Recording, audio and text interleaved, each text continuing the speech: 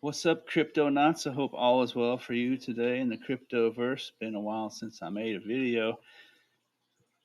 My problem is, well, not my problem, but my thing is, it actually cost me a little money this time. But I don't really like making videos when it's lame and boring because I don't have anything to talk about. But as you know, Bitcoin is pumped. It pumped all the way up to about $36,000. For perspective, what you're looking at here is over here on the left. This is the all-time high of Bitcoin, mid-November 2021. So interesting enough, it'll be almost 2 years to the day here in a few weeks.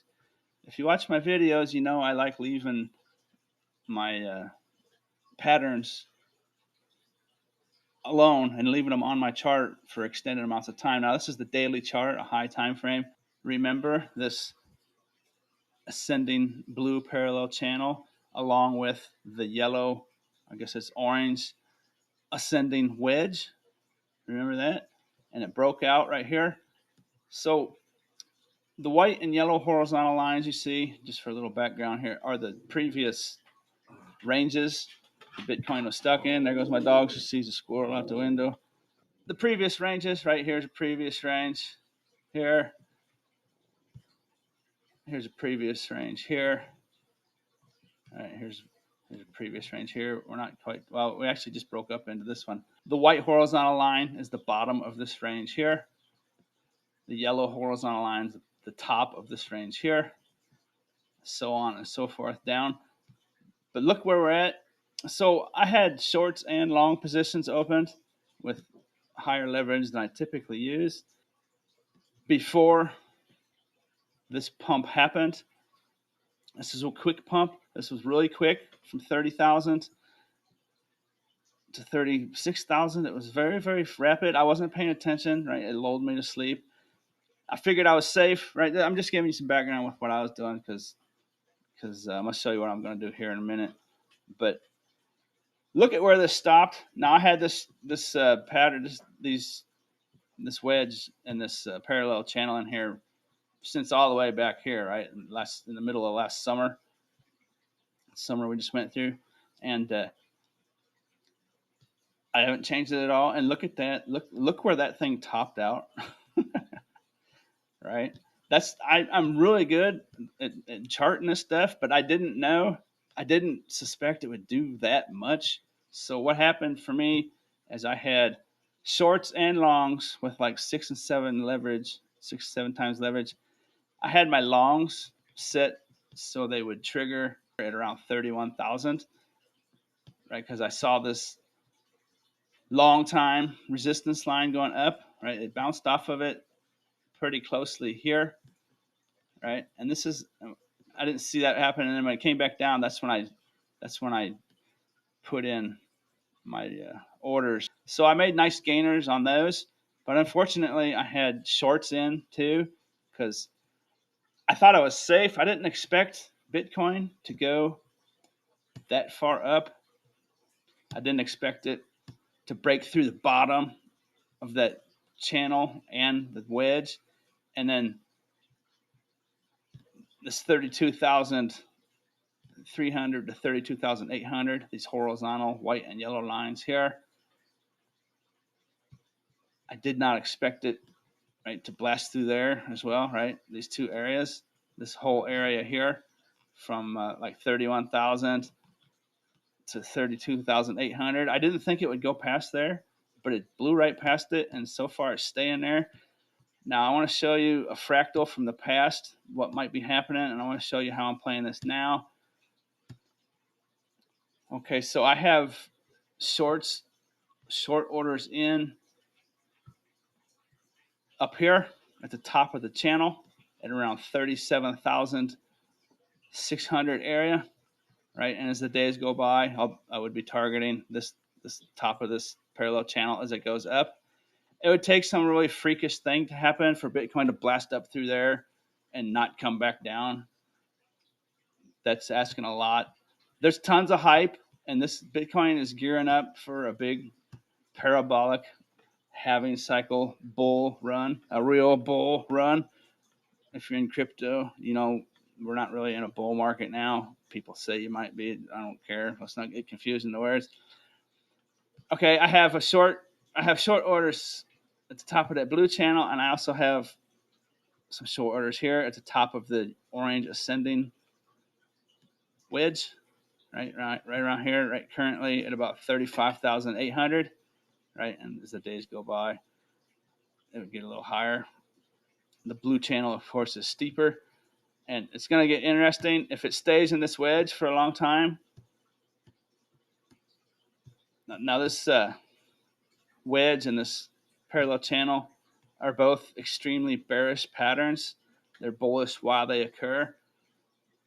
I just want to show you what could happen. I'm not saying it will, but if Bitcoin were to stay in here like so, right, and then do one of these numbers, watch for the big dump all up, boom, and that would the measured target for that would be huge. It doesn't have to hit the target, of course, but it would be about it would be pretty enormous. I'm measuring a 13.5, let's say. About $14,000 target to the downside. So maybe that lines up with, say, Binance. The Department of Justice goes after CZ on Binance, and they actually do something about what he was doing, right? That's kind of a strange situation, but it's just speculation. I saw Kathy Wood sold a lot of her crypto related assets when it topped out here at about 36 and 35,000. So that's interesting. That's interesting. She would do that, right? She's an institutional investor. So I'm going to show you. I'm going to end this video. I don't want to make it too long and bore people. I want to show you what I think could be happening. I'm going to zoom in back to here, right? Because Bitcoin really likes to print certain patterns over and over again. Now, I'm not saying this is going to happen, but I want to show you this action right here, right here. See that right there? Look at that. It comes off the bottom of that wedge, the bottom of the blue ascending channel. It comes up, it fades away. It goes. See the dotted line in the middle of that channel? You can see how that dotted line is in play, right? Over and over and over again. Way back here, see the dotted line I'm talking about inside the parallel channel there. See how it busts through it. It comes down, it retests it, bounces off of it, bounces off the top of the channel, comes back down, bounces off the dotted line, comes back up, tests the top of the channel, fails, and then this one big candle here, boom, busts through it. It comes back up, tests that dotted line in the middle, fails, boom, bounces off the bottom of the huge parallel channel and wedge, boom. So this is a super long. This pattern started back in November of 2022. This right here is very interesting. This looks very similar. Now, I'm not saying this is going to happen, but it's looking similar, folks. Just take a look at that, or what I've circled there. The two circles I put in. See that action? Watch this. Watch this. Uh-oh. Look at that. Now ignore, comparing it to that, what I just circled, call it a fractal, I suppose. It's not necessarily a fractal. It is kind of. Well, we'll see if it is. But right here, see, look, ignore the orange resistance line that it bounced off of the wedge. I mean, don't ignore it. Obviously, it bounced perfectly off of it. Literally, that was the resistance that stopped that pump. Boom. It comes back down, and see what happens? It bounced off that range, the white line at 32,872. So Bitcoin has popped up through, and it's now in a different range. And we'll see if it ever comes back down through it. I don't know. But I circled that action, and that action would look something like this. And see it come up. It comes back down. It bounces off that white horizontal line, and it comes back up and tests that dotted line in the middle of the blue channel. It comes up, and then it closes right on it. See that? Look at that. Closes right on it. Tried to go back up above it. Now it's failing. It's looking like that dotted line's rejecting it. I wouldn't be surprised that fractal I circled. I wouldn't be surprised, if Bitcoin kind of did one of these for a while along that dotted line. See, let's go back. I want to show you there. See that? Blast it through the dotted line, and then test it for about 5-6 days. Test it, bouncing off of it, bounces off of it, bouncing off of it. Boom, to the top of the blue channel for about 2 weeks. Right, and then it comes back down. Boom, bounces off the dotted line, goes back up to the top of the channel. That's why I have some juicy short positions opened now, right now, at the top of the blue channel.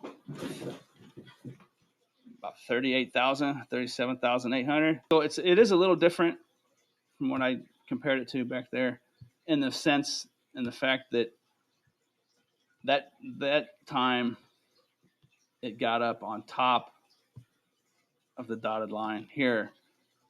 It bounced off of it, bounced off of it, bounced off of it, bounced off of it, and then boom. This has actually come back down, and it looks like it's failed. It's looking like that dotted line might be resistance, which could indicate that it's going to eventually come back down here and test 32,800. It's interesting. There's a junction coming up. There's a junction right here. Something's going to probably give. In order for it to stay in the blue channel, it has to stay above 32,800. But it's going to be interesting. There's a couple supports there, right? The white line, the yellow line, the bottom of the big blue, and the orange wedge. Right now, it's kind of treacherous.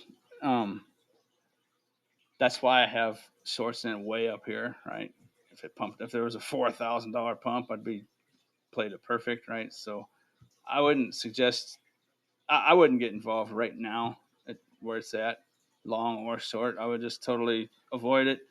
Maybe you want a long down here, 32,000 area, and because maybe you think it's going to bounce off of there and come back up. I don't know. But one thing said is there's lots of hype and lots of steam out there. So if my shorts were to fill, right, I have them in here at the orange line. If it filled here, maybe I take profit if it came back down, right? And then I have more shorts up here. And maybe if it just came down a little bit, I take profit. I'll probably take profit real quick as long as I'm paying attention. And anyways, that's it. You can see what I'm talking about. But I thought that was kind of cool when I saw that happen. Right? For those of you watching, I've had this giant bear structure in here for a long, long time. And is it still valid? Is it still valid? Look at that. Look at that. Look at that. Look at that. Let's zoom in on that. Let's zoom in as far as we can on that right there. Look at where that wick stopped. Are you kidding me? Look at where that stopped. That thing is literally right on. I mean, it couldn't be more perfect. So I'm gonna zoom in as far as I possibly. I spoke too quick. The super zoom got me. Oh, super zoom caught me. Let's see where did that stop at? 35,874, and the orange line was at 35,880. $6.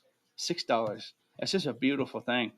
And like I say, unfortunately for me, I like telling people what I do because it's either do that or I end up saying you should do this or you should do that, and I don't want to get into that because this is treacherous where it is right now, in my opinion. Out of this giant daily candle here from 30,000 to 36 is probably if maybe $1 billion. I could look it up if I wanted, but maybe $1 billion worth of short liquidations. Maybe not that much.